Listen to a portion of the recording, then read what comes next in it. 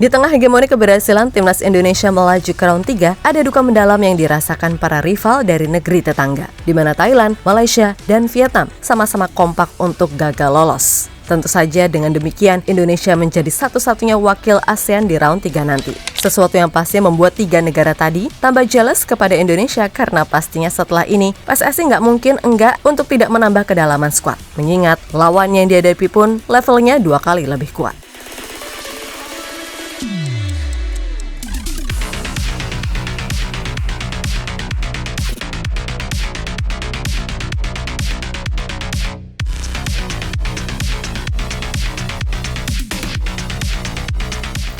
Keberhasilan Indonesia melaju ke round 3 pada akhirnya menjadi tamparan keras bagi para rival skuad Garuda di ASEAN. Sebab di satu sisi, tim-tim macam Thailand, Malaysia, dan Vietnam sama-sama gagal lolos. Thailand misalnya, meskipun di laga terakhir mereka menang 3-1 atas Singapura, namun itu belum cukup membuat mereka lolos karena kalah head-to-head dari China. Kemudian Malaysia yang di laga terakhir wajib menang minimal margin 8 gol melawan China Taipei, hanya mampu menang 3-1 dan itu jelas gak cukup.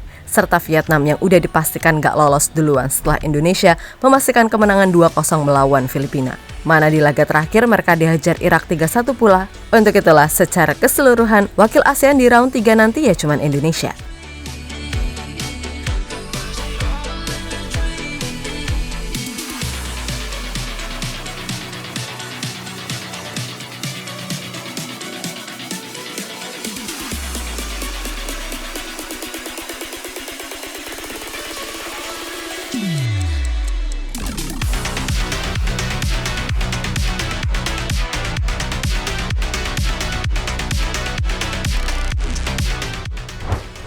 Ya, bila kita berbicara soal peta kekuatan, Indonesia yang rankingnya ada di 133, pasca kemenangan atas Filipina, jelas berpeluang tergabung di grup neraka yang berisikan para raksasa Asia. Yang mana skuad Garuda sangat-sangat berpotensi untuk satu grup dengan tim kuat macam Jepang, Korea, Iran, Arab Saudi, serta Australia.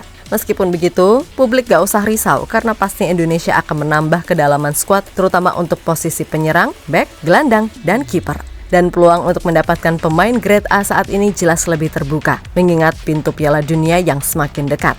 Ya, pemain-pemain macam Kevin Dix, Messi Legers, Jairo, hingga Ole Romeni kemungkinan akan benar-benar diupayakan PSSI untuk bisa mengisi slot yang ada.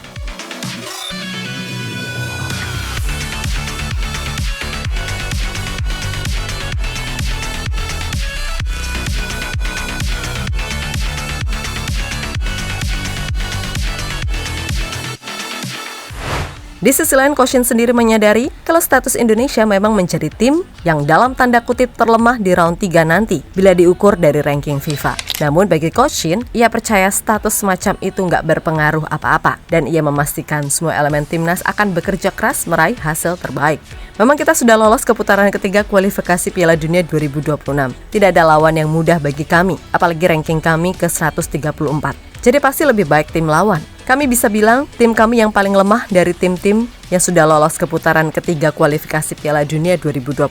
Tapi saya tetap akan berusaha mencapai mimpi saya membawa Indonesia lolos Piala Dunia. Dan kami tidak akan mudah menyerah.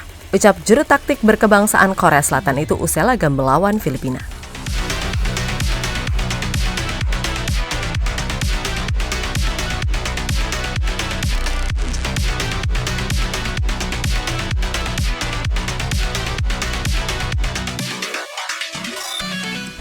Sementara itu, Tom Haye yang mencetak gol keren sekaligus jadi gol perdana buat Indonesia mengaku bangga. Sebab selain proses gol yang terbilang aduhai, gol ini ia cetak di Stadion GBK di depan ribuan pasang mata serta gemuruh yang ada. Maka wajar jika usai mencetak gol, sang profesor tampak sangat emosional. Walaupun ya apes aja. Niatnya mau knee slide, malah nyengsep.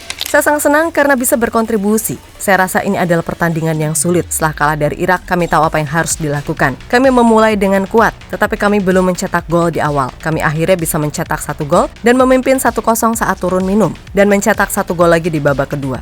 Ucap gelandang 29 tahun tersebut.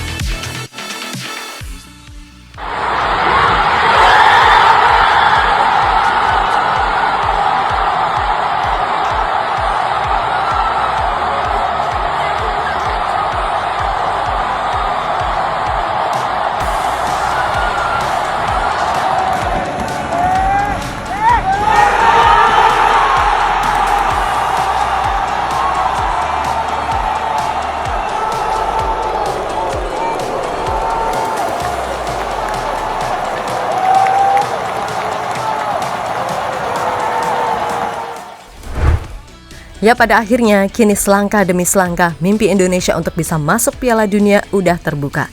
Memang pastinya gak akan mudah, tapi dengan segala doa dan kerja keras serta dukungan semua masyarakat, pasti segalanya bisa terjadi. Maka dari itu, harapannya setelah ini, gak ada lagi pihak-pihak berkepentingan khusus yang memanfaatkan situasi ini untuk pribadi. Mulai dari debat-debat gak jelas terutama soal naturalisasi dan lain-lain.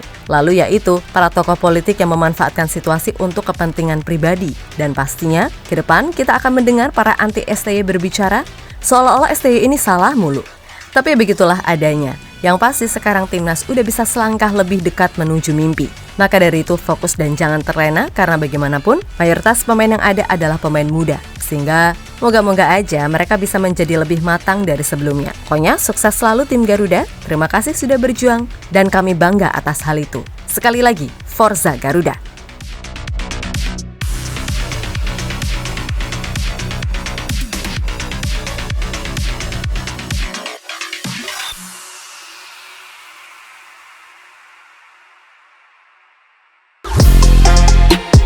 Halo, izin iklan sebentar ya guys. Jadikan ruangmu bernuansa timnas. Temukan beragam poster dinding, sepak bola dan timnas dengan desain menawan, kualitas premium dan harga yang tidak akan menguras kantong. Segera klik link Shopee di deskripsi video ini dan dukung timnas dengan sepenuh hati. Mulai dari dinding rumahmu.